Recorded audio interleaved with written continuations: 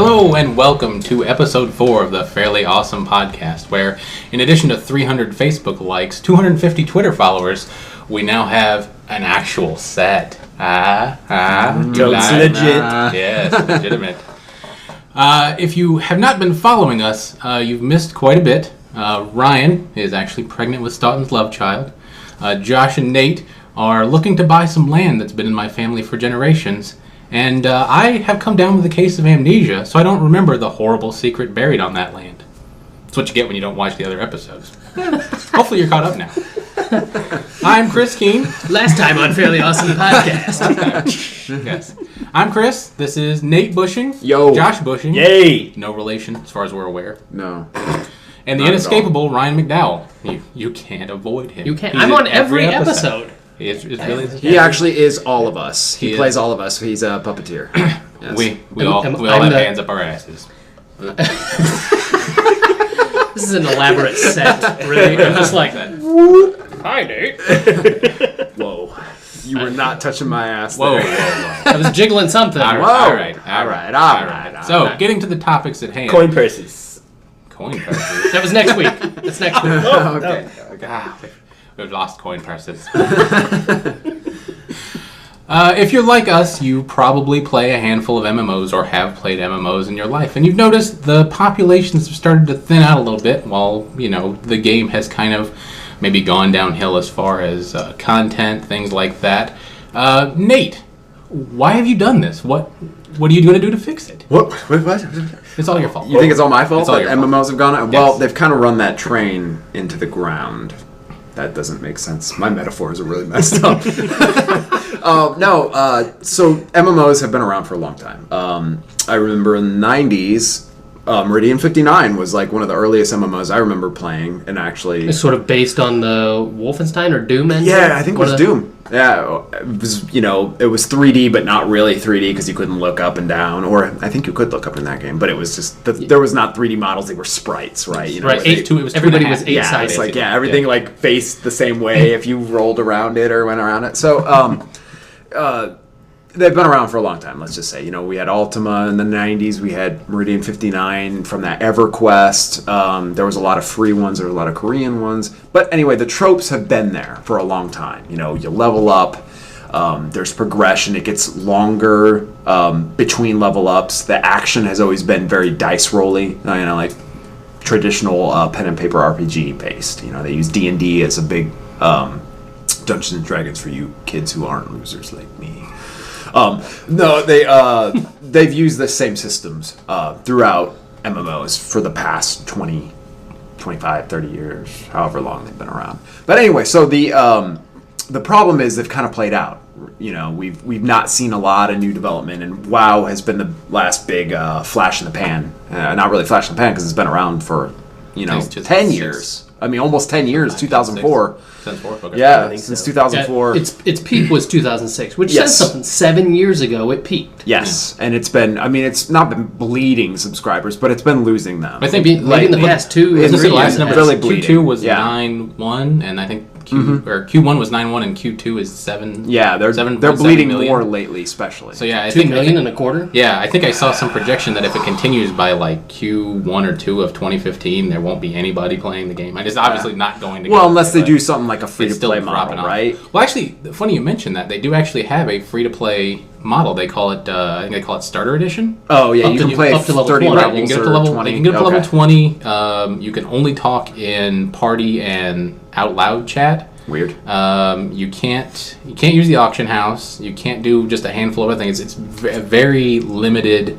free trial Yeah. of World of Warcraft that you can get into. Interesting. Yeah. See, I think part of the reason they're bleeding subscribers is, like I said, it's old. We've kind of been doing these same things for a long time. Well, and a shift to free ones, right? I mean, like the sort of the beginning of the end was either free shards of things like Dark Age of Camelot or Guild Wars came out free to play. And right? that's the whole thing free to play. Yeah, So they got their money by having people buy every expansion, in order to get more content. You had your expansion, and you had I know with Guild Wars 2, you have the in-store. You can buy. You can use actual money to buy gems for use in store. Yes. The nice thing about that one though is it's not kind of like Call of Duty or a first-person shooter where you buy things that make you better in the game. You buy things that kind of make the grind a little easier. Right. Like, you buy like a normal pickaxe for harvesting minerals will last for 100 uses, and then you have to go buy a new one. You can buy an infinite pickaxe.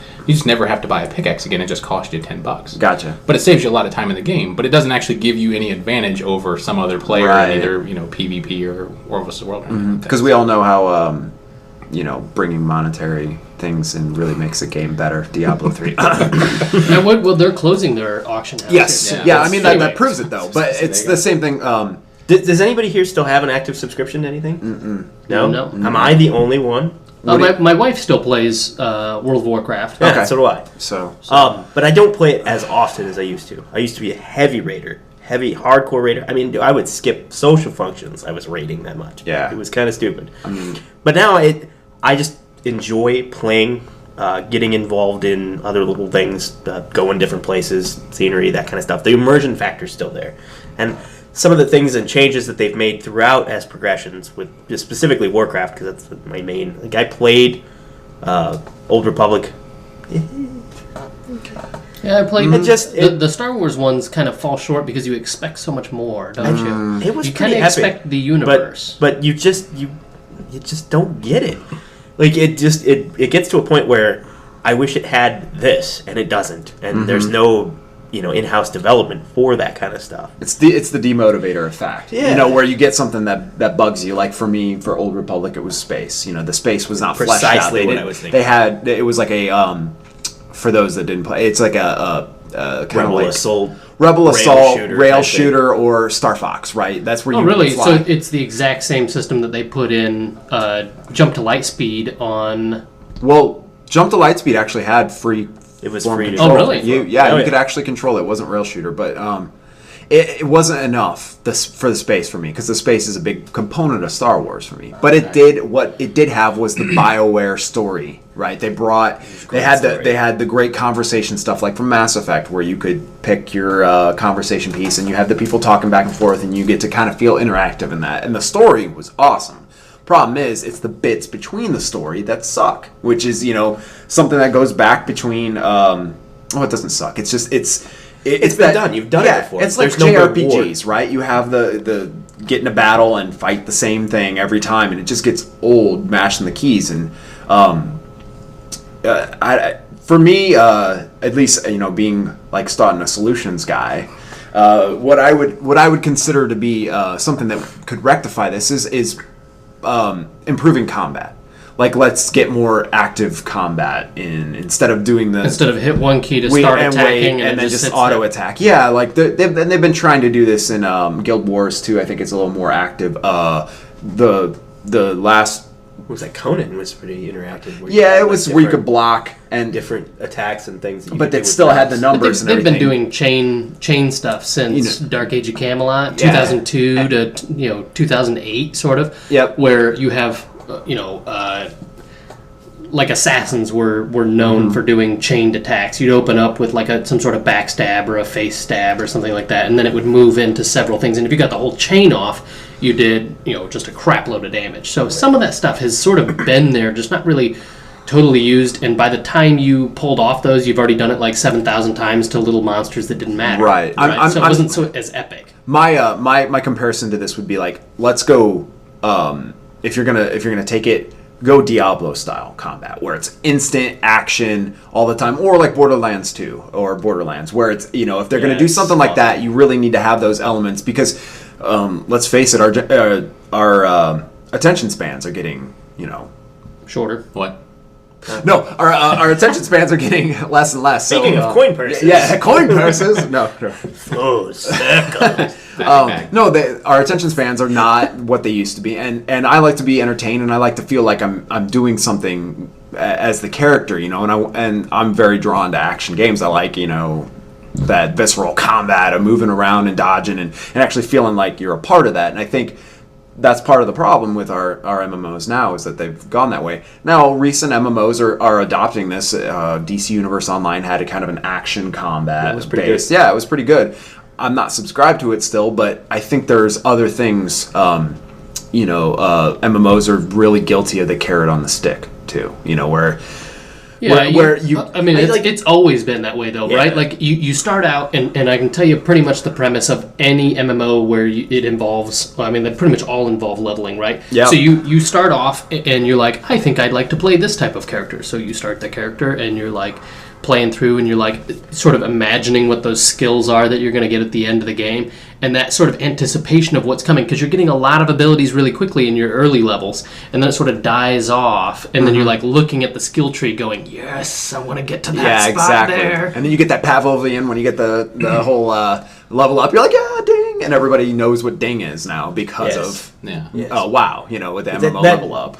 But that like increases the play. At least it's supposed to, but in reality, all you're doing is going to a new section of map and doing the same thing, like collect some guy's nuts, like you're doing that guy's job for him. And you're just like, here, collect all these apples, or collect all these like ferns that grow. And it's like, I was like, dude, I just collected like 4 ferns for the guy on the town on the other side. Where does the red fern grow? In the MMO. That's where it grows. We totally don't smoke these ferns. These ferns are naturally growing. Clearly, I'm supplying the fern, like meth fern thing for this guy. Yeah, running some sort of drug underground in an MMO. Exactly. You don't even know you have no idea you're doing it. You're a mule. Here, take some coin. It's more coin than you're usually getting. Like, wait a minute. Yes, pretty soon I'm going to need you to kill the other fern dealer in the other town. Right? There can be only one fern. So, go ahead. What do you think do you think we're facing less and less MMOs, or do you think we're facing a paradigm shift here where MMOs get redefined? I think they're going to get redefined and more in scope, and I think MOBAs are a perfect example, like League of Legends. You know, you have these online battle arenas where things are a lot faster, the action is instantaneous, and it's quick get in and out. You know, and battleground style. Yeah, battleground style. I think you're going to have more, like I said, a shift to action. I think we've seen the last of the big MMOs. I think it's going to start shifting, and what I mean by the last of big MMOs, like Skyrim, or not Skyrim, Elder Scrolls Online, I think is the last of, you know, those giant money dumped. Is there going to be a AAA? For that? Yes, there is. There's going to be a $15 subscription fee, which is a lot of controversial to a lot of people, but if they can get enough subscription up front, then it makes it worth it for them, because then they can switch to free to play, and they probably already planned this out ahead. This is what Star Wars: The Old Republic had to do, because they needed to make back so much money. They spent so much money to make, you know, it's all voice acted, which was a big deal. They actually it was like 20 gigs of voice acting. They achieved a world record on the amount of voice recorded, like, ever in any production, because of how much they had to put down. That's impressive, even after playing Grand Theft Auto 5 now, because everything is voice acted. And there's based on your different things you've already done. Yeah. In one quest, they'll talk about something that happened in a previous quest, and there were multiple branches that you could have taken. Yeah. So it was interesting that, you know, they maybe for that one segment they had 9 different takes of something that would have to be said during that part of the game. So I find that stuff all very interesting, you know, that they're voice acting all of this as opposed to doing sort of dynamic voice, which might come off a little, It's like we missed a lot of that stuff when I was playing through. I was impressed with how much voice acting they had. Miss the Pandora. For the kids that don't play WoW. So as opposed to the very beginning of the game, at the beginning there's like hardly anything. any sort of voice acting or whatever. Just the cutscenes. Text. And it's all, you know, you got the quest or whatever, and you just read it to yourself. It wasn't like and if you were talking to like an orc or something, you get some sort of it's like the Legend of Zelda effect, right, where they just put like a sound effect, or the fairy. Hey, listen, hey, listen, hey. You're like, oh my god, I'm about to strangle a fairy. Needless to say, she wouldn't follow you around after that.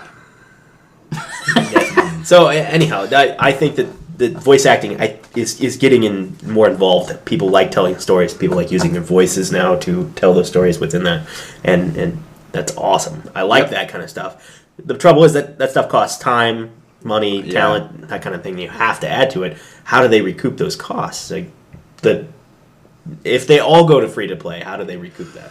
They have to have an interesting dynamic model, right? I mean, it's and the problem is, when you go free to play, there's always that worry. It's like the arcade game where is it pay to win? Do I have to keep pumping quarters in order to beat this boss? Because there's no way I can beat it on the first try. The Guild Wars method seems pretty interesting. Something to help cut down the grind. Yeah, would make a lot of sense. Yep. It doesn't give you. It's not like buy the next level for $5. It's not like that. It's hey, buy this piece of armor that doesn't deteriorate ever. Right. It doesn't deteriorate. You can also buy skins for random gear. I mean, you can buy backpack skins for like $1 or $2. So if you want your backpack to look like a little plush version of one of the monsters in the game, you can buy a plush backpack. Some microtransactions or something. Right. Now, one other thing that I've seen, and it's starting to come into like mobile gaming and things like that, is you get free-to-play games instead of having to buy the game, and maybe this can go into MMOs. When you start up the game, you get commercials. You get like 3 minutes worth of commercial, and then you can get into your game. Yeah. Right? Or loading screen. Between loading screens, you got to... Yeah, maybe. Ad or something. So the question is, people do MMOs to get immersed. Would that take you out? Oh, yeah. I think it would depend on how it was handled. I mean, if they went, was it Battlefield 2042? Oh, geez. Where it was like ads. the billboards? Yeah. No, you're right. I just threw in and replayed Burnout Paradise on Xbox for like an hour and a half before I realized how much I hated that game. But yeah, there were billboards for Burger King. Yeah. I was like, I don't need to see ads. Like, I had to pay full price for this game, and you got ad credit, Rainbow Six Vegas and the Axe ads or whatever. What if there was in MMOs? What if it did cut out your subscription fee? If it was before the game, like you had to sit through them to play it, or you sat through them to get some kind of in-game credit, that would be okay. Now, if you try to shoehorn it into the game, no, because you're gonna break the immersion. But if you say, okay, it's hard too with fantasy things. Yeah, it'd be hard to find but yeah, if you were to say in the middle of someplace. West Philadelphia. West Philadelphia. Born and raised. Westfall. What? Westfall. There you go. Yeah, Westfall. But yeah. I mean, if you billboard, if you sat through a 30-second Nissan commercial and got 5 in-game gold. Okay, I think you could see doing that. Yeah. And then you still get the game for free. You get a little bit of credit in game for sitting through it. Right. And they get their ad revenue. So, and if you look at if World of Warcraft did that, right? If they adopted some model that did work when they were at their peak, that would have been just incredible. How much income they would have received from that, right? What was their peak?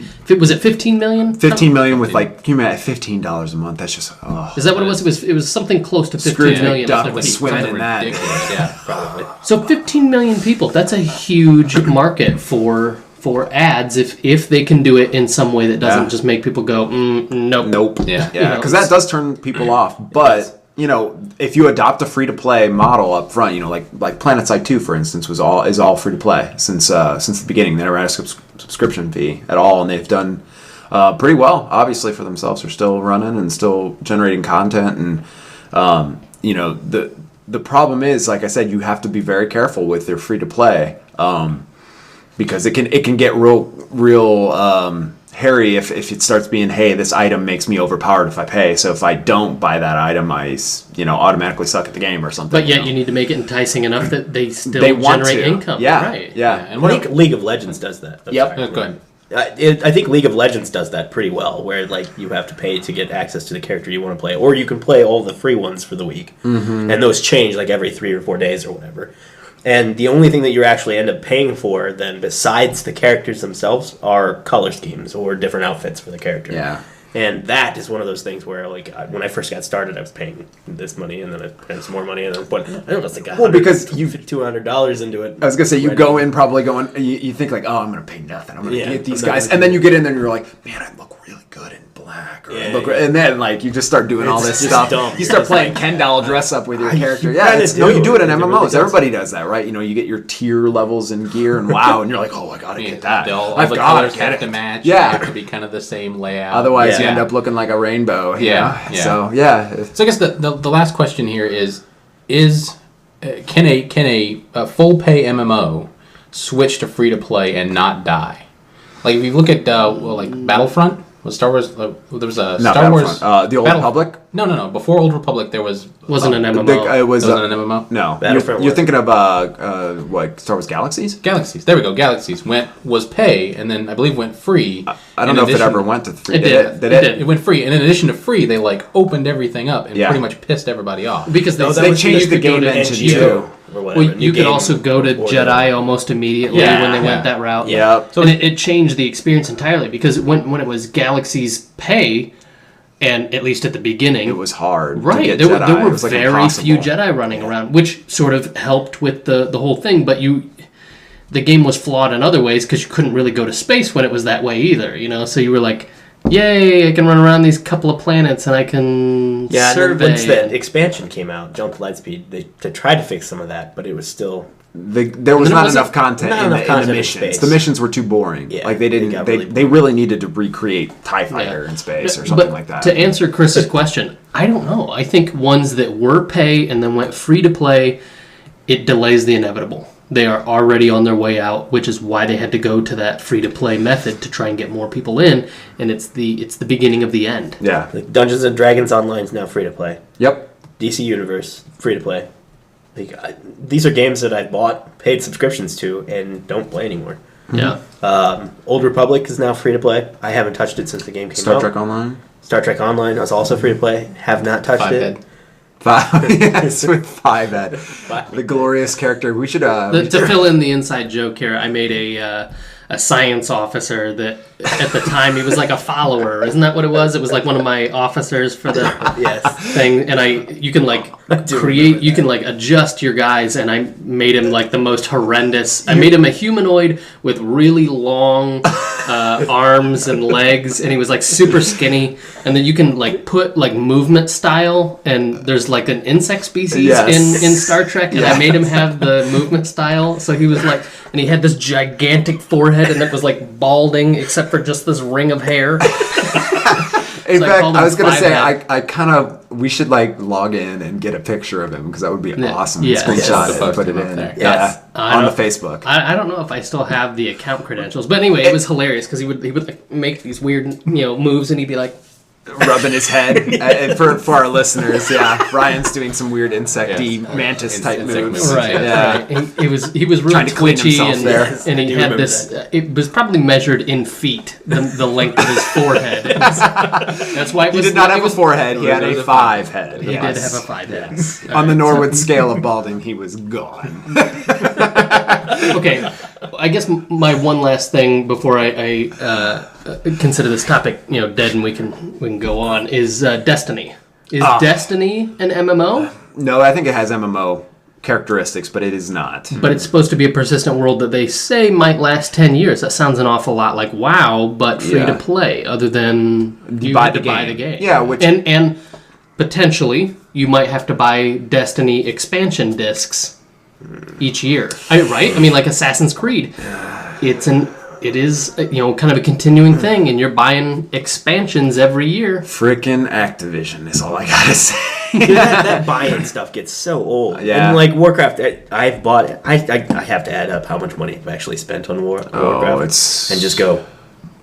It's And scary really to just look at. like, yes. Because have a stroke at that It's point. all gonna say auto Josh drops. You has don't even stroke. think about it, and you're like, I've been on this for That's how the long? worst too, when you miss that cancel and it hits and you're like, dang it, and then you feel like obligated to play what you don't want to You're play like, I'm just anymore. gonna quit, but I just resubscribed for like 6 months. And then you don't Yes. play, and you're I like, guess I'll play it for 6 months. Yeah. It's like the Log in buffet. twice. You feel like you have to go get your money's worth. One more. You like No more, no crab legs. No more. Bourbon Street Chicken. Bourbon Street Chicken. So much Bourbon Street Chicken. Well, moving on from MMOs, one of the big MMOs, I believe for a while, has been EVE Online. Yes. Which is kind of a space-based MMO. Yes. Which moves us into a question Nate posed. Yes. Where the hell are all the space sims? Yes. They don't seem to exist anymore.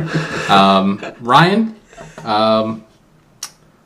why? Why are there no more space sims? You don't. No, we're blaming Ryan. Ryan. What blaming have you Ryan's done fault. with my Space Sims? Why haven't you given Nate what he wants? I don't know, but I want it too. I mean, I look back. The three of us played X-Wing like way back, like right when it first came out. Yes. You know, I apologize in advance. I never played.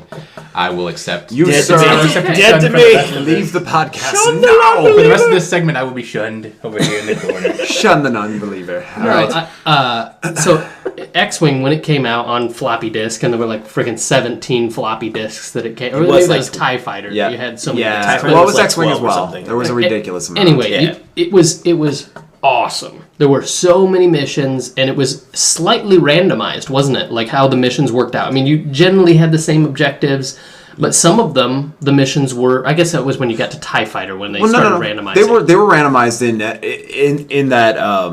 It was dynamic. It was dynamic. The space, they would do whatever they wanted. You still had to do. The missions had like certain parameters that you had to reach. Right, the But, objectives were like, still always if the you same. reloaded it, some buddies and stuff would fly a different direction. But And your enemies would it fly was different epic. directions. Did they really have story?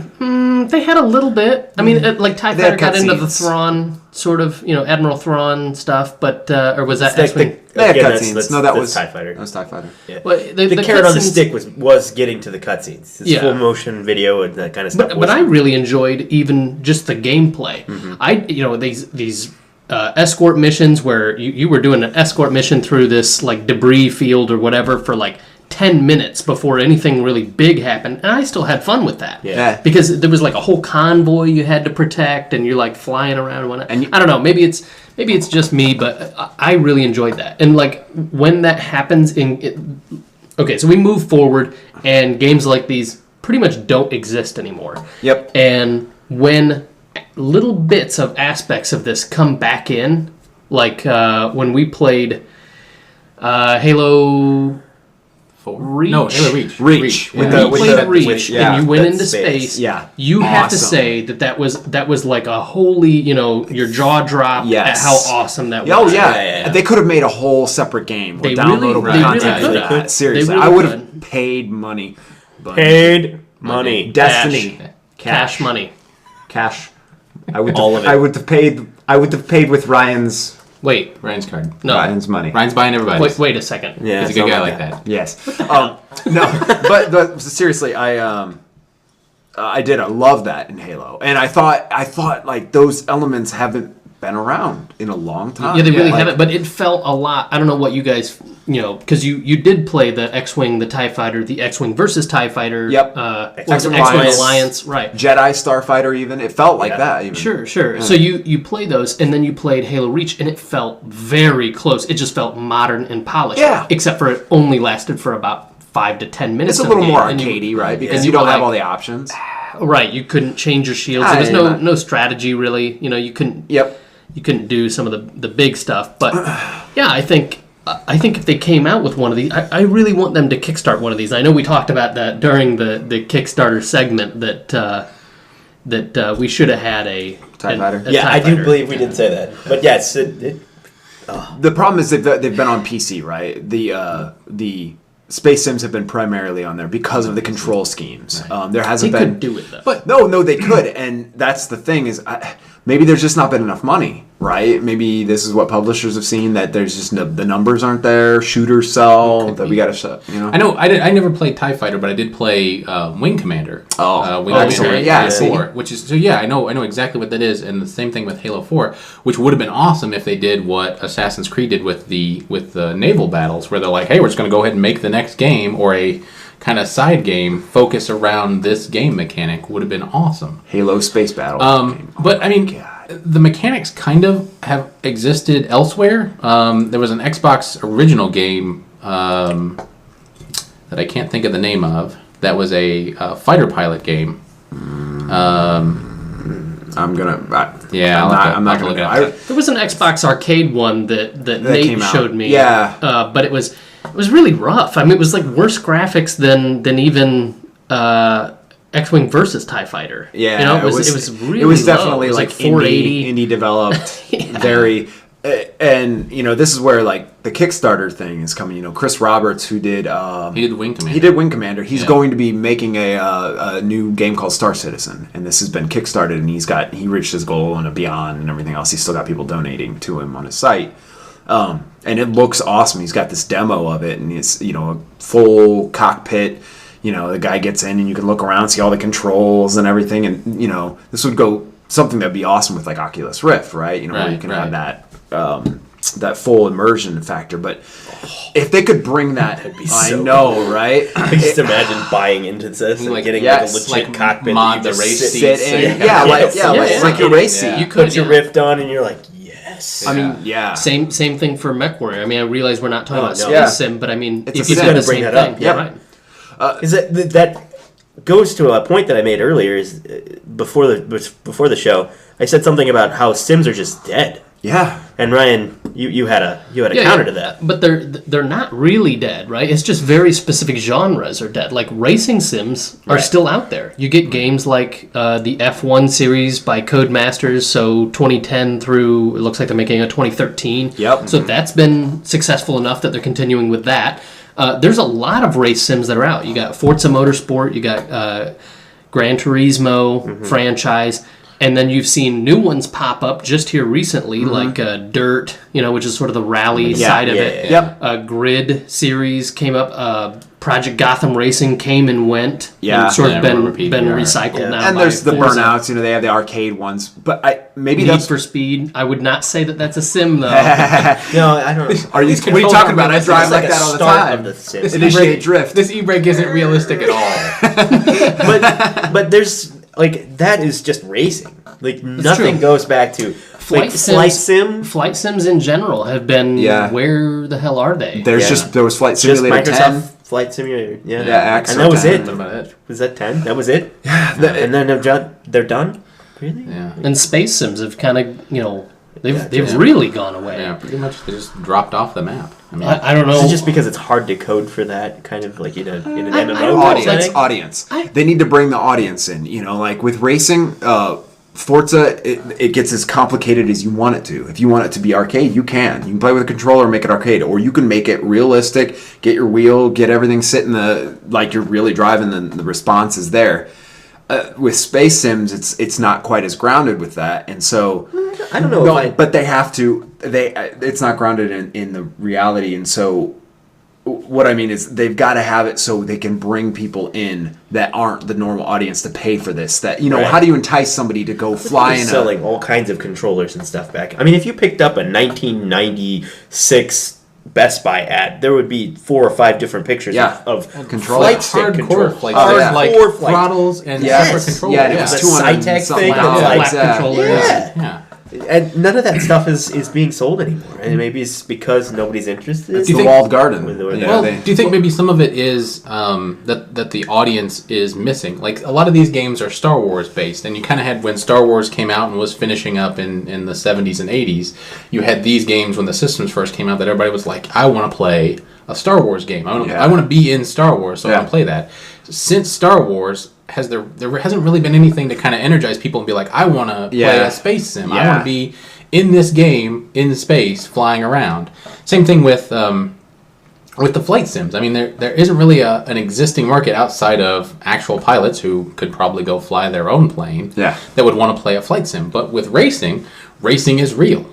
You can watch racing on TV. So why wouldn't a racing sim make sense to all these people who are like, I'm never going to drive a NASCAR or an F1 car, but I can do it in this game. Yep. So is it just that there's not enough market saying, hey, we want to play games like this to encourage these games to exist? Well, it could be science fiction in general too. If you've noticed, there's in the past there's been a lot of TV shows that were science fiction based. We had Star Trek in the 90s, and we had a non-stop Star Trek all the way through, and Stargate and everything like that. Farscape, all those shows came, and then now they're all dead. Like there's nothing on TV to entice people into space at this point. I think it has more to do with the shift in market share for gaming to consoles. When you get hardcore gamers that make the leap, I mean, back in the day, hardcore gamers, you weren't hardcore gaming on a Nintendo or a Super Nintendo. Right. I mean, you did that, but you didn't. That wasn't the top of your fun stuff. Right. But you had so taking these sims to the console side, I think is more difficult. I think the racing, even with race sims, vast majority still use controllers to play that. I mean, even I've been privileged enough to meet some of the fastest guys in some of the racing communities, and a lot of them still use controller. I mean, there are some guys that use wheels, and I'm kind of worried that if some of these super fast guys ever got a wheel, that they would just be, light years even more fast, because I know what it did for me when I got, something that immersed me even more into it, and you get the feedback and whatnot. But I don't know what's missing with flight sims. I really do think that we need another one, and I'm not talking about... Do you think that BioWare could take what they have with Old Republic? I know we were talking about the MMO and stuff, but do you think if they made an expansion and put their storytelling schemes behind it and did something with this tied in with, Old Republic and you have a ship and everything? Yes. Oh, absolutely. Could they pull people in finally? Yep. And to make that, an immersive thing that maybe jumpstarts them to making another Star Wars type game like this? I think if you just high def released X-Wing, I don't think it would fly. No. I mean, we'd buy it. Yeah, we would buy people that play the original would buy we're bought in, though. Like, right. Exactly. We already know how good it is, but you wouldn't attract the masses with that. Yep. What those games really missed were the dialogue, the character building. Yeah. You didn't really know your character in X-Wing. You didn't really know... In your TIE Fighter, were all just code names, right? In TIE Fighter, you had that little book that gave you some backstory on who your character was, and they made a little bit more effort to tell some story in it, as opposed to X-Wing. You were just, Red 5, nameless pilot, yeah. Right, you were part of a squadron, and you were known by your color and your. We seem to be having a problem. Having trouble here. But yeah, I mean. There is a little bit of that now people expect more from it. They expect the dialogue. They expect some of that character building. They expect some leveling up. They kind of did that with X-Wing Alliance. And they just, telling that story, like that you were brothers and like all kinds of... You were a private sector guy, and you got driven to join the rebellion because of what the Empire did to your family station. Whether it is Halo or whether it is Star Wars or whatever, if a space sim comes out, I think one other aspect that will really make it do well is if you can own whatever fighter it is that you are flying. If you can, like, it makes what you mean. You can customize like MechWarrior. Yeah, where you can purchase in on a I mean, it makes a ton of sense for Star Wars, right? Like if you have a ragged ass X-Wing, because they were a hodgepodge crew anyway, right? So you buy in this little raggedy X-Wing that's already the Incom T65. Right. And you've got 3 working lasers out of 4, and you start out from there, and you get more powerful lasers, and you sort of upgrade and mod, and you get a better R2 unit or whatever. I got a great idea. We could make a place, a market, if you will, where these people could sell parts, and then we could monetize it. Oh my! Blizzard. Diablo. We're not bitter at all. No, not at all. No. But if you did that, it does sound... Because part of that, like even the racing ones, right? I mean, if you look at Flight Simulator, you could not own your own planes. You couldn't mod them. You could fly the plane, and that was it. It was always a plane. It was the same plane, right? Yeah. Every single time. Nothing changed for it. Versus you look at a lot of the more successful racing sims. You buy the cars and you can change out the rims. Garage. And right, exactly. You've got a garage, and you're like, yeah, this is my baby here, and you can do some of that. It's the Eve approach, right, where you can own lots of different ships, and you. Eve is an interesting one. I think it's kind of underplayed as far as the MMOs / space sims go. Yeah, and I think it's just that there's so much there, and like we know there's so much there on Eve that you're just kind of like, I don't know if I'm ready for that. It's not. It takes a lot of buy-in. First and foremost. Second of all, it's not a very good, it's not an action game, right? You're not flying the craft around doing crazy maneuvers. It'd be a different story if you could fly. Yeah. Another good tie-in with the MMOs that you were saying, or like Old Republic, what if you could combine those two audiences somehow? You get your strategy guys that like to play Eve, that like to control the one big craft and your give them war that. Planner types that are in the capital ships. Exactly. And then you have your other guys flying your fighters. Why are you not doing this? Battlezone style, which is an old PC game. You can even do that with Star Wars here. You got your Mon Calamari cruisers and your Star Destroyers, your Interdictors, your frigates. All kinds of crazy capital ships that you could have. And when people get rank in the game and then make that all happen, why not? Yeah. It just makes sense now. More and more people, heavy rating was hard for certain people. within like an MMO type where they had to have the dedication. But with those dedicated players who could put together and become part of a niche team, could run a crew, on a starship, why does that not exist? Yeah, I don't. They would just, you could take then to all kinds of different genres rather than just Star Wars, Star Trek. Yeah. Perhaps, although Star Trek doesn't really have a whole lot of fighters. Yeah. The individual ship. Yeah. He's talking about kind of like that more like capital ships. What was that? Artemis. Yes. Was that spaceship simulator where you had each person ran a different part of the ship, where you had your sensor guy and your engineer. It was just a little like indie developed. It was. I think indie developed, and it was kind of fun. I was an engineer guy, and I was sending things to dudes to put out fires in the ship. You were like the train operator. You were like shoveling in more. Yeah, he was. He was. Yes. You're like, I'm giving it all she's got.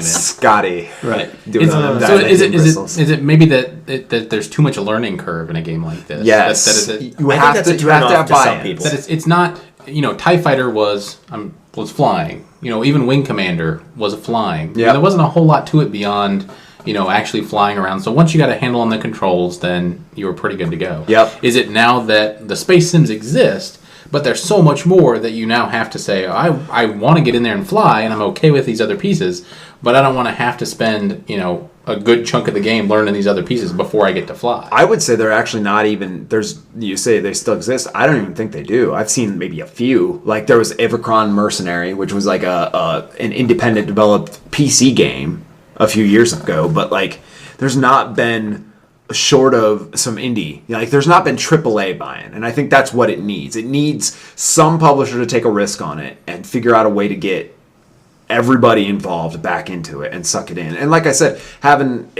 BioWare would be a perfect example of somebody that could pull.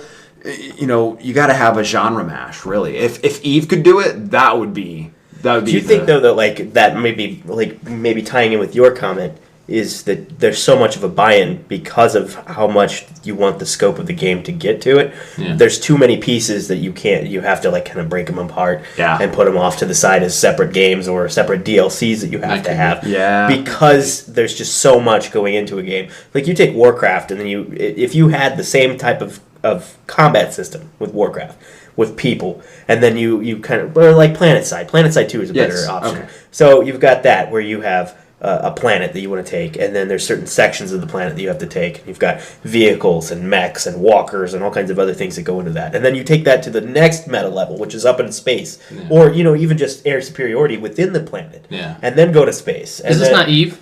Huh? Is this not how Eve works? No, not at all. Well, Eve is, it's sector-based. It's sector-based, but they had... the only thing Eve recently did, which was add the Dust 514? 514. Dust 514. They had the PlayStation game that was made that was a tie-in. That's a first-person shooter where they could have basically the ground battle on a planet happening in Eve's world. Well, I'm going to go ahead and jump in here. Speaking of compartmentalization and people not getting what they want, we're going to move to... the desire for a la carte TV. Ooh, yes. Why does this not exist, or does it exist now that things like Hulu and Netflix and independent television providers now exist? I mean, Josh, what are you not doing to make this happen? I am doing everything in my power to make this happen. I think we're getting there.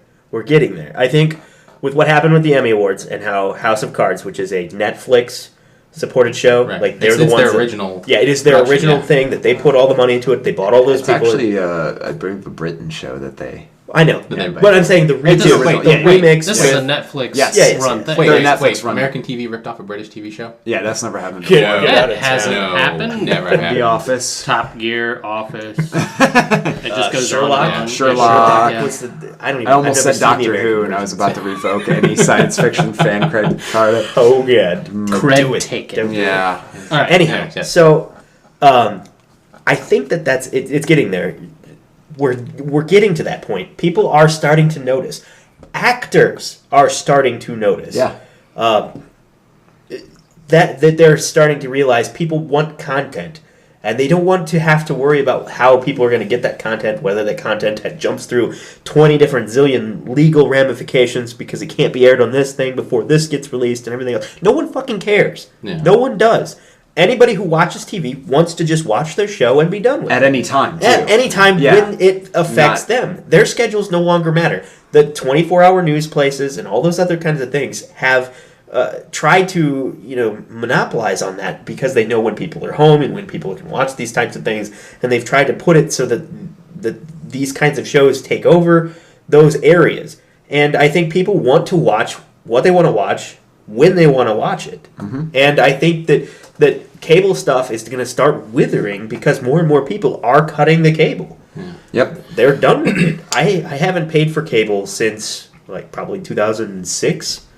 Yeah, I'm fine with it. I mean, how many you have? Well, we still have Dish, or DirecTV. Yeah. Okay. But so satellite. But to be fair, there's only a handful of shows that we watch, and honestly, most of them are shows that my wife watches, and maybe she could get those maybe a season later, but maybe she could get those on other shows. But that's the hard part. Yeah. And that's kind of that's kind of where I stand. Is I have FiOS, but I mean I watch all of half a dozen channels for specific reasons, and that's it. And I would say and half a dozen is about right. If I could whittle it down to just those, and you can't get just those channels. You have to buy the super mega huge package exactly. to get the 3 channels you want, because they know those 3 channels are the 3 channels you want, so they bundle them along with the Bassmasters channel and the Golf channel and I've heard it. The Watching Grass Grow channel. I've heard it taken the other way, where somebody has said that they. They're afraid that new content would be stymied because people would only want these 3 channels, and you wouldn't get this great, awesome thing from this other channel that nobody watches. Well, nobody watches it anyway. Yeah. I don't think that that's a valid argument that people could have towards that. Your argument is invalid, YouTube. Yes, exactly. Right? I mean, to play devil's advocate on that. Okay. Yeah. I can kind of see why the cable companies do package it the way they do. Would AMC now be as popular as they are? Right, but now they've got some serious Walking Dead, they've done a huge, and History Channel, same thing. History Channel's done a couple of shows now that are, I'm serious, the erroneously named History Channel, like right up there with the Learning Channel. Ancient Aliens. Ancient Aliens. Whoa. That's what happened in the old days. Top Gear US is on History. Yeah. Right? So that's kind of interesting. And they've got some other documentary/reality shows that are on there that some people watch. But would these channels have even made it this long had things been a la carte? Would we even have Walking Dead now? Or would we have Walking Dead? It would just be on a different channel. I mean, those producers would have found somebody to do it. Yeah. So I guess on one side, no, I don't think it would be on AMC. Probably not. This is me. This is Ryan answering my own questions. No, I don't think the AMC would have been the one with Walking Dead, but I think that this content would find its way out. Yeah, it's serialized zombies, which zombies are huge. Were huge, when it came out. Well, I mean, they still kind of are, but it's a serialized show. People are going to watch this. It came out in October, horror time. It was perfect. I could have told them that would have worked 10 years ago. It's where were they not thinking of this? There's a video of Kevin Spacey talking at some event, and he's making this big huge spiel about this kind of very topic, but he's also goes into this detail about talking about pilots and how American TV's all brought up about these stupid pilots. You get all this money together and you film a damn pilot and you put a pilot together, and if your pilot wins, you win. Yeah. And he's like, I'm done with that. Pilots, you don't need a pilot to try to get people invited in this. You put together a show and you tell your story. And Staunton will probably agree with how Babylon 5 was written. In a giant section, but everything correlates, everything revolves back around it. Rather than this, we put a nice little handy pilot out there. It's terrible. 1 hour happy time. It's terrible, but then people bought into it at the concept sounded good, right? And people bought into it at the TV level, and they're like, okay, well, let's put this team together, and we'll put it together for a season.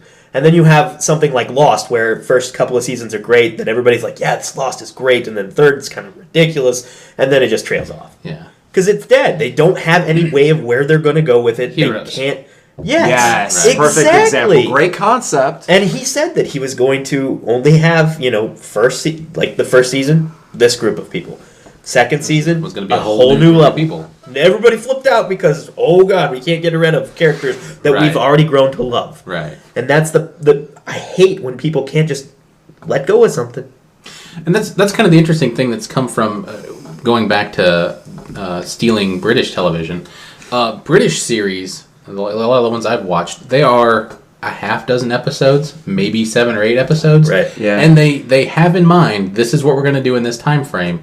We're going to make this series 3 seasons long, and that's it. Yeah. There's no, cliffhanger at the end, hoping we get, renewed for another season. It's we're making 3 seasons, And that's it. And that's it. It's like the Japanese do this with their anime too. You know, where they plan, they know it's going to run a season or it's going to run for 24 episodes, and that's it. Because that's what they sell up front. They say if you want this, you're buying 3 seasons worth, or you're buying 4 seasons, or you're buying 1 season because that's all we've written. Right. You get a better creative work too. Then you're not trying to do filler episodes and monsters of the week and all this kind of stuff. Heroes really suffered from this, didn't they? Because the Writers Guild strike happened in the middle of the second season. Yes. And it was like they didn't have any content. Yeah. How the hell does that happen? Yeah, they didn't have the whole second season, so they just cut it off. Yeah, right. And that was probably for Heroes. It would have been better if they'd have been like, the writer strike's happening.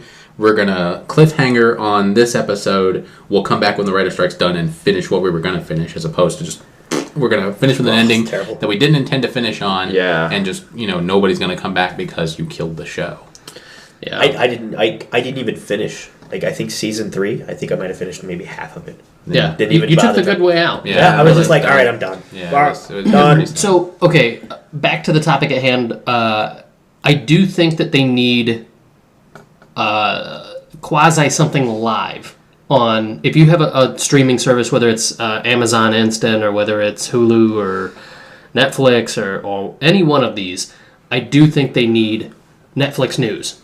You know what I mean? I think it needs a live channel that you don't get if you just cut out cable entirely. Right? I guess you can get local. I was going to say, you get local news and plus. But have you tuned into locals? Do you tune into locals much? No, sadly I don't. I rely So you on the internet. on the internet. All I do is I rely on like social media for most of my stuff now, because somebody will say something or it'll get posted on And to a then local you go news read channel it, or you'll within go see Facebook, online and video. I'll read it or whatever. Yeah, I think how we're absorbing content is changing too. I think my problem with that is just because the 24-hour news cycle happens, and this is maybe my criticism of the 24-hour news cycle, is that it spins things. It makes things like try to get people to watch the 24-hour news cycle. Right, because your news becomes Becomes less a commodity, news. It yes. becomes we got to get people to watch. Let's sensationalize this mundane, stupid thing, so people will tune in for more than 5 minutes and go, all right. Want to watch a kid fly a kite? News at 11. Seriously, though, it is that bad. And I think that news at 11. having to fill 24 hours with news and regurgitate the same news over and over and over and over and over and over again, and then What if it wasn't actually 24 hours worth of content? What if it was 8? Right? What if it was 8 hours and then you got a triple repeat? So you repeated the same thing. So that's kind of what they do now. A three-peat? Oh my. No, I mean, so let's say you had, instead of 24 hours worth of stuff just kind of spread too thinly on the slice of bread, versus if you did 8 hours or 4 hours even, and you just looped it. I don't know about you, but I don't sit there and watch 24 hours worth of news or even 4 hours worth of news. I think I got to about a point where I was watching maybe 2 to 3 hours worth of it. So if and then you I just got done. I was Sure. It was overload. So now it's just little bits and pieces. So if you do that, though, if you have like the different, you could fill 8 hours worth of news with the stuff that's happening. Right. You have a financial section of it. You have a headline section. You have entertainment if that's what you're into. I guess. Whatever. Yeah. Could you do news at the like how local news is at 5 or 6? You do a news from 5 Eastern to 6 Pacific time, so you cover all the time zones in the U.S. and they all have a dedicated news period. Does it have to be live, or could it be like taped and then distributed? It could be. It could be that. You have like 4 different channels. So if you want to learn about like today's news, news, you could do the news, or you could do entertainment if that's your thing. And maybe that makes more sense. 2 or 3 hours of that and repeat it, or maybe that makes more sense. Now, one thing that I think will be the next evolution on this to help with it is right now there's only so many episodes you can watch in a row of any one show. On Netflix, I think you can go like 5 episodes, or maybe it's 3 episodes before they make you confirm that you want to still watch more, or something like that. Right, because they pay per episode watch, so they have to make sure that somebody is actually watching it and it's not just running in the background while you're sleeping or whatever. Right. But if they did it so that you could line up, like add to my queue these, and these are what I'm adding to my queue, and maybe you have to pay more to do it that way. No. I don't know. But if you did it that way and you said, I want to watch this, and then followed by this, and then followed by this, rather than going through the menus each time, it would feel more like you're watching TV than it does a la carte stuff. And you can back out and change it or whatever you want to do, but if you're like, I want to watch the news, and then I want to watch this show. So if you're watching, like you're saying, like a playlist instead of just a queue, a playlist that you can set up to automatically. It's funny that they call it that on Netflix. So like instant queue, but it's not really. You have to. It's not a queue. You have it. It's in your thing, so you can go scroll over to it. But it's like you have to, like you said, each episode. But that's the part of their pay structure. Is that what it is? Right. Yeah. You pay per episode. You pay per episode they stream out. So. I didn't know that. So I thought it was just a licensing. I watched Mad Men on Netflix, and it automatically, I watched it on a computer, so it would go. It would show the next episode's gonna come play, and it was playing the credits or whatever for the last one. And it was like a 10-second thing. Yeah, before it played the next one. And it would auto play the next one. But you only get that for like up to 3 or 4. Probably, but I'd move the mouse around so it knows I was there because I was clicking on stuff. I'd pause it and then go to the bathroom, come back, and then pause.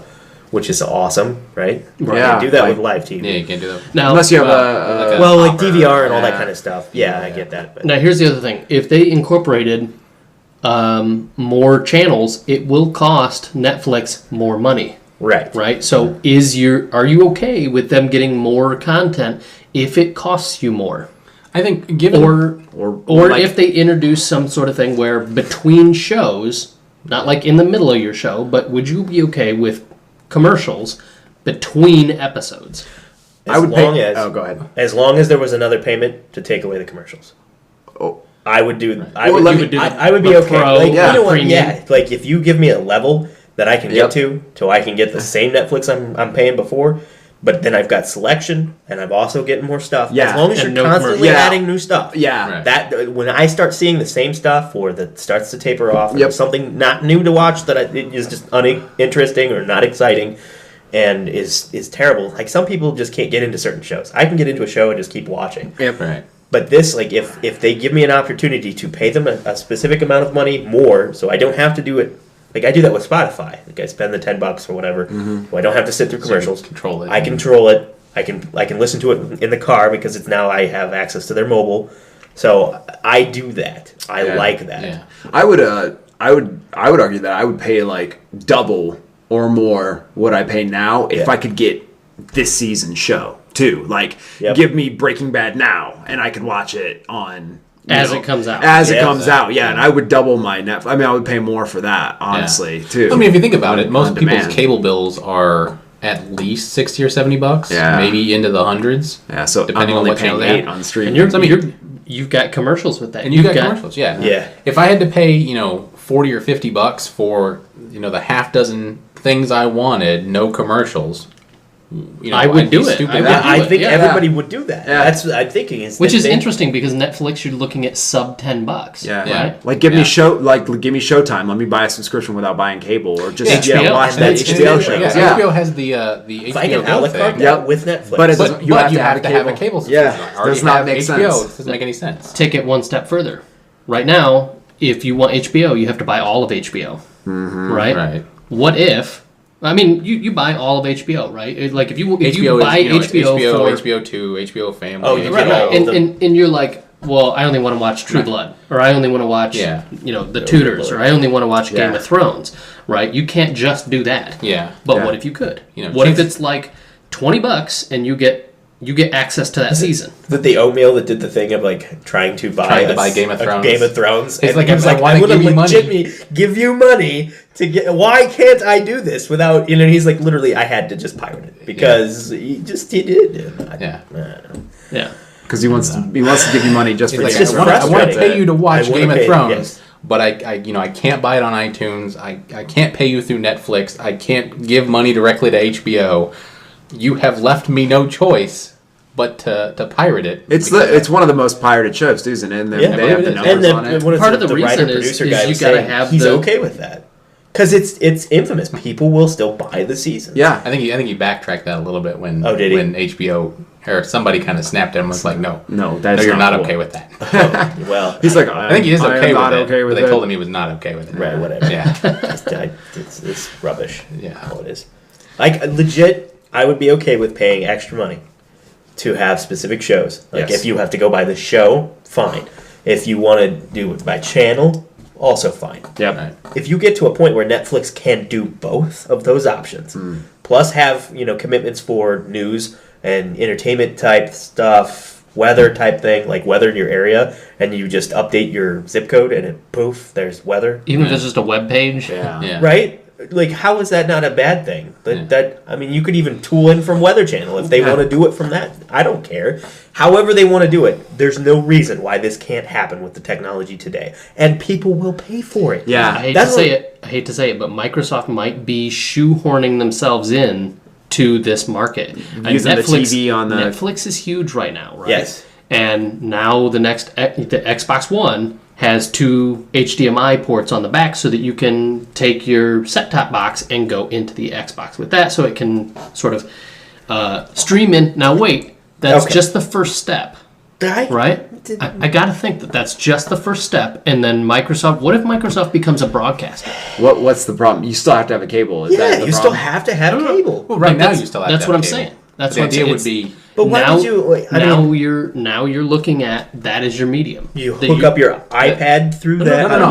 HDMI. Like AMC comes to Microsoft and says, we want to run a channel through your system. Okay. So now AMC is broadcast through... Right, so now you've got an app. One. And they're doing it now, you- right? With ESPN. Yeah, but and that some of the doesn't other require stuff. an extra HDMI port that All adds an extra I'm cost saying, to... all I'm saying I get is what you're that saying. because they're getting you to associate TV with your Xbox. They've been trying to do this for a long time, though. I know, but nobody else is doing it. You're not doing this on your PS3. No. You're not doing this on your Xbox Because now. they know, like, PS3 is, like, they're trying to just say that this is strictly for, sorry, I can't talk. Gaming.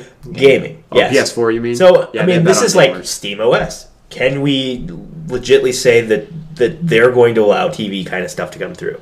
We don't know. Yeah, I don't know. But they're But I- trying to catalog that to a point where I get what they're trying to do with it, yeah. but I don't think it's going to work because nothing has ever worked like that.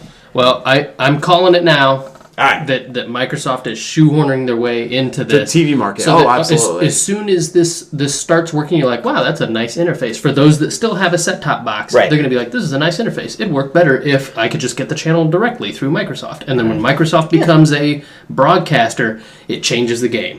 Yeah, that's It good. changes the game entirely. That's awesome. Like, if it gets to that point, I don't think it's going to get to that point. Well, I really I'm don't. calling it now. All right. I think it might... Well, I was going to say the problem is you got the big companies. They still have to fight against, ABC and CBS and almost Disney. They're gonna make their own They got content. to Yeah. fight against Yeah. these They've got guys that their have. Yeah, they've got their work laid out for them. But Yeah. Speaking of game changers and jumping from Microsoft to Apple, Apple just announced with the release of iOS 7 the new game. Well, Game Case. I guess Apple didn't really announce it, but Game Case is actually a controller that will wrap around an iPad Mini and through Bluetooth interact with iOS 7's native game controller API to allow you to play games with this game controller as opposed to before with all the touch interfaces. Do you guys think this is going to change? This is going to really make iOS a big gaming thing? Is this going to kill what remains of the Vita? And will it And the 3DS. take a big chunk out of Nintendo? How is this going to change things? Is it going to change things? Okay, so as the only one here with an iOS, like you guys don't have iPhones, correct? You have iOS devices. Yeah, I have an iPad. He has an Okay. iPad. Yeah. So with the phone, right? And doing gaming on that. I don't know how much gaming you do on your iPad. Probably. Yeah, a little bit. You do? A little bit? Yeah, a little bit. All right. I'm going to say that for iPad mini, this makes a ton of sense. For an iPhone version of this, which they said they're going to do, it makes a ton of sense. I don't think we're going to see it really take off this gen of phone, but when we get to the iPhone 6 and the next gen of iPads, oh my God. I really think that Nintendo and Sony should be worried about this. I agree. Because the only thing that's stopped phones from just obliterating everything else is that you only have a screen interface and you're using some of the screen to... Is this only for the iPad mini? Or is currently this is iOS 7 only. For the Android devices, there actually has already existed this technology for 2 years now. Yeah. You can actually take your, like, say, your 360 or your PlayStation controller, and through a regular USB to USB mini, you can plug it in, and Google will recognize, or the Android APIs will recognize that it's a game controller. It's kind of how Ouya and the NVIDIA Shield thing work. Right. Is they already support it, and they.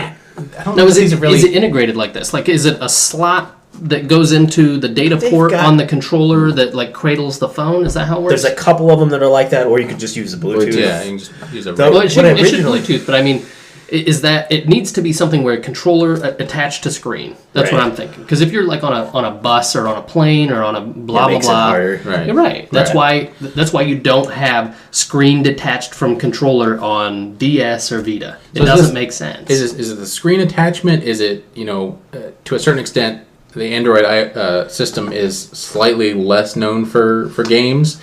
Is it? No, I think they will do the same thing because they're not associated with Apple. Right. This what is the company? Clamcase.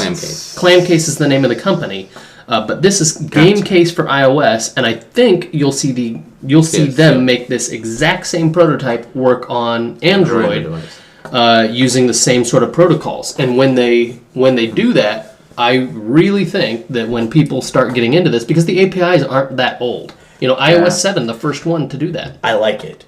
I really do. Yeah, it looks very Xbox. It does, and that's one of the things I was missing. When I first started gaming, I jailbroke the iPad 1, and I had an SNES emulator or whatever. Right. And I used a Wii remote. And then bought the extra, connector controller to get the classic feel. And then I was, gaming on that, and that was kind of fun. Yeah. And then just Bluetooth. But in order to connect, you had to have a jailbroken I was going to say, iOS device. Prior to iOS 7, now the 7, yes. And with dual analog sticks. Right. Now, this thing really looks like they just cut. I mean, I'm almost worried that how the hell did they get away with this? I mean, for the viewers, for the listeners that are just... It's like they cut an Xbox controller in half and wrapped it around. Or with the Wii gamepad, too, where it's got the sticks up here and then the buttons down. These work wirelessly, then? Is that how that works? No, it's actually a solid piece. So it's a long piece that the device sits in between, and then they Bluetooth There's like a with slot. the controller. There's a slot that it slides down into. Gotcha. And you can see where the edge there is on it. Yeah, it overlaps the bezel a little bit, so it doesn't actually get in the way of the screen. So I'm going to play devil's advocate against this thing, and here's why I think this is cool, but why I don't think it'll take as long to catch on. And I think it's probably more related to the fact that Apple has been... It's taken so long to get something like this out because Apple's been very like... The walled garden? Walled garden, but they've been to the point that almost superior. And I think it took Jobs dying, honestly, to get to something like this because he was like, we came up with the touchpad, that made the screen, the multi-touch that important. That's going to be the way you interface, and whether you like it or not, that's the way you'll do it because Apple says so, and Jobs demands it. Basically, they don't want to roll back on what they had developed, and so they're like, it comes with the phone. Everybody will have access to that. They for the longest time, Apple could have demolished 3DS and Vita had they been into something like this and made gaming their priority. They have not, though. They don't release their own games. They have developers, and they're very developer friendly as far as iOS is concerned, but something like this, if it's not out of the box, Apple can't fully support it. Was Jobs around when they were trying to do Infinity Blade? Did they ever advertise Infinity Blade when Jobs was around? Because it's the last one with iOS 7. And but it's still touch controls. You know what I mean? What's his face came out? Yeah, and he was saying, like they're demonstrating the power of this new chip with the new iPhone by talking about Infinity Blade. So they were using that as like kind of a stepping stone. But I don't think that when Jobs was around, he ever made it gaming centric. He didn't. No, I don't think he ever wanted to. He was almost that's why a little bit short sighted. I think. Yeah. Honestly. I agree. Only until very recently, I think, have there been good enough graphics controllers inside and fast enough processors. Like there's a racing game that I have on the iOS or on my iPhone 5 that is high enough fidelity that it looks like Gran Turismo 4 to me. I mean, it is really... real does it use the accelerometer on the phone to turn and everything like that? Yeah, you have multiple different ways you can configure the controller, so you can either tilt it or you can have a wheel. But to be honest, it'd be better with this. Oh, of course it would. Absolutely, we all know that as hardcore gamers. And I think this is the way to go. That this on this game case on a full-sized iPad, it's almost too much. Could it work? Yeah, it might. But I think it's a little bit much. But on the on the iPad Mini or the iPhone 5 or 6 or wherever we go from here, I think that makes a ton of sense. You think the bigger devices you'll start to get kind of this is too heavy for me to hold like a a little bit a little bit. Is that was it Razer that makes that giant? It's like a Windows 7.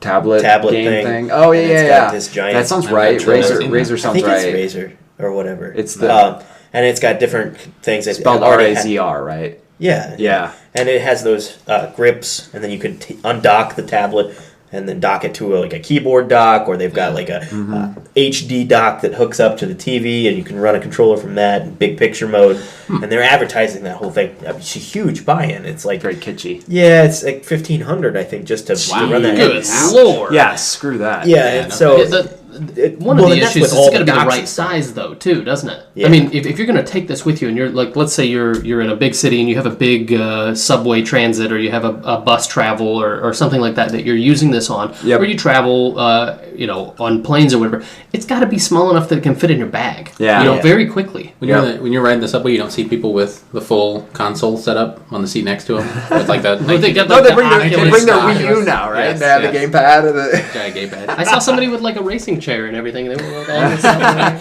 They're like, hang on, I'm going to take over the bus now. Yes. Right. Or they're playing like Grand Theft Auto and they like go down and derail the train and everybody's like thanks a lot, buddy. Yeah. Right. So consensus here, this could change mobile gaming. Yeah. Definitely will probably most likely change. I could, maybe might. Definitely, probably. That's probably the You're like, should. Get out of here. It's going to clarify. Yeah. Will probably change mobile gaming when it releases, and especially when it releases for both handset. I think once they make something equivalent that looks like this, because fit and finish matters a lot. Yes. Yeah. You know what I mean? Yes. For me, the difference of the PlayStation controller to the Xbox controller is enough that I went and bought an Xbox controller that has like different internals that makes it work on a PlayStation. Yeah. Right? That changes the experience enough for me that I don't like playing with a PlayStation controller. A lot of people like it, but the sticks are better on this. The sticks on here are clearly the concave or whatever, where they go inward and they control like an Xbox. Yeah, so I do think that fit and finish are one thing, and the feel of it is another aspect of that, and I think that this concept has everything going for it. The only thing I worry about is battery life on this thing. Is it going to be another thing? With the Bluetooth constantly on and Bluetooth is expensive on battery. So I don't know if it's got a lot of surface area though. That the whole area behind the phone could be a battery. So feasibly Bluetooth this levels could work. though aren't that bad. Like with 4, is it Bluetooth 4 or whatever? That's like it's got that low emission power kind You've of got thing. me. I just know that if I turn on Bluetooth, my phone is freaking dead. Yeah, it kills. Latest Android has that where like you have a lower. It's a very NFC style, low power Bluetooth. Low power Bluetooth. So if they're right next to each other, communication's fine. As soon as you go, 6 inches apart. Near field communications. Yeah, right? like NFC. NFC. Yeah. So yeah, I personally think that this will have huge ramifications for the mobile market once we actually start getting people looking at this, because AAA games aren't really developed for iOS or Android, right? Either. Yeah. But with something like this, it might attract. If it gets enough market penetration. If it gets enough market penetration that it detracts the developers, I mean that's where you're talking about some serious bang. But that's, like I said in the past, iOS has been the biggest marketplace for applications and development, and they've been very anti-gamer in the past. Not anti-gamer, but outside of their garden. Yeah. It took them 7 iterations of iOS to get to a controller. Yeah. So yes, gaming is not their top priority. Yeah. But, Right. All right. Well, I think that does it for episode 4. One more in the can. So be sure to check us out on Facebook, facebook.com/fairlyawesomepodcast. You can like us, and we usually post all the videos and stuff up there, so you can check those out. Follow us on Twitter at FAPcast, where you can see our tweets, and we can check out your totes. No, I think you really got that one wrong. No, is that no? I think he's right. I think it's twats? We tweeted twat. A twat tweet. Whatever everybody does on Twitter, you can do that, and we'll do that too. We'll do it right back at you. Hopefully it'll all work out. And then subscribe to our YouTube channel, and check out all our other videos, and enjoy yourself on YouTube. So until next time, keep calm and FAP on. See you later. Deuces.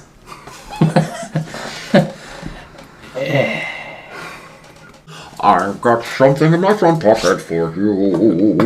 Reach in and give it a squeeze, and how do you do? It's like... He's out. All right, 3-man show. Outtake. Ryan's done. That was quick. That's what. No one's gonna take that one? That was she said to you. Oh. Ouch. I had to specify it, because then You you'd be did, like, you were oh, like, did she, oh, Ryan? Tell really? me more. Okay. Josh was in the Revolutionary War as a Minuteman. All right. Wow.